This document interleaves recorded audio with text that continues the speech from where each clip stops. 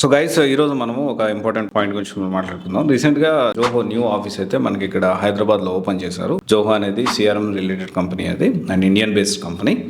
And దీని గురించి new office open చేశారు. సో అయితే ఇక్కడ ఏంటి అంటే యాక్చువల్ టాపిక్ దీని గురించి కాదు, ఇన్ జనరల్ టాపిక్ ఏంటి అంటే సాఫ్ట్వేర్ టూల్స్ నేర్చుకునే వాళ్ళు చాలా మంది సాఫ్ట్వేర్ టూల్స్ నేర్చుకునేటప్పుడు ఈజీగా ఉంది అని నేను ఈ టూల్ నేర్చుకోవాలనుకుంటున్నాను, ఒక 4 years ఎక్స్పీరియన్స్ 5 years ఎక్స్పీరియన్స్ పెడితే నేను ఈ టూల్ నేర్చేసుకుంటే నాకు త్వరగా జాబ్ వచ్చేస్తుంది, ఈజీగా నేను సర్వే అవుతాను, ఈజీ అనే మాటలో సాఫ్ట్వేర్ టూల్ గురించి ఒక రాంగ్ పర్సెప్షన్స్తో తెలియక చాలామంది ఈ సాఫ్ట్వేర్ టూల్స్ అని నేర్చుకుంటూ ఉన్నారు. అయితే నేనేం చెప్పదలుచుకున్నానంటే ఈ సాఫ్ట్వేర్ టూల్స్ నేర్చుకోవాలి అనుకునే వాళ్ళు ఖచ్చితంగా కొన్ని పాయింట్స్ అనేవి మనం కన్సిడర్ చేయాలి.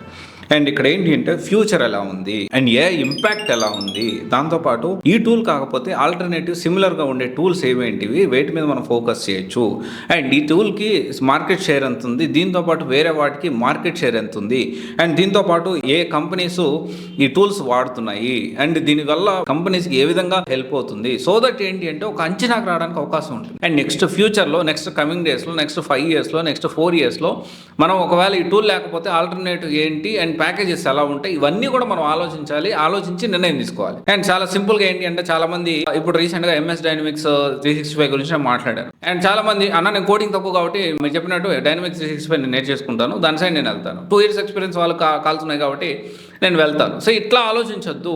సో ఇక్కడ దాంతోపాటు జోహో సిఆర్ఎం కూడా చాలా ఇంపార్టెంట్, ఇప్పుడు గ్రో అవుతా ఉంది. అండ్ మార్కెట్ షేర్లో ఫస్ట్ సేల్స్ ఫోర్స్ ఉంది, తర్వాత MS Dynamics ఉంది, తర్వాత జోహో సిఆర్ఎం కూడా పాపులర్ అవుతా ఉంది రీసెంట్ డేస్లో. సో ఇవన్నీ కూడా మనం అర్థం చేసుకోవాలి. అలా అర్థం చేసుకోకుండా నేను ఈజీగా ఉంది కాబట్టి ఈ టూల్ నేర్చుకుంటా అలా ఆలోచించొద్దు. అండ్ ఇది చాలా క్లియర్ కట్గా ఆలోచించండి, ఎందుకంటే ఫ్యూచర్ గురించి కూడా మనం ఆలోచించాల్సిన అవసరం ఉంది. ఏ ఇంపాక్ట్ కూడా ఎలా ఉండబోతుందో కూడా మనం ఖచ్చితంగా ఆలోచించాలి. అండ్ ఇక్కడ ఇంకోటి విషయం వచ్చేసి ఏంటి అంటే చాలా మంది టూల్స్ నేర్చుకోవాలనుకుంటారు. కెరీర్ గ్యాప్ వాళ్ళు ఎక్కువగా టూల్స్ నేర్చుకోవాలి. అండ్ ఎందుకు అంటే ఎక్స్పీరియన్స్ పెట్టి వెళ్ళాలి కాబట్టి ఎక్స్పీరియన్స్ మేనేజ్ చేయడం కొంచెం డిఫరెంట్ సర్వైవల్ స్టోరీ ఇదంతా కూడా మనం మాట్లాడుకో. At the same time future గురించి కూడా మనం ఆలోచించాల్సిన అవసరం ఉంది.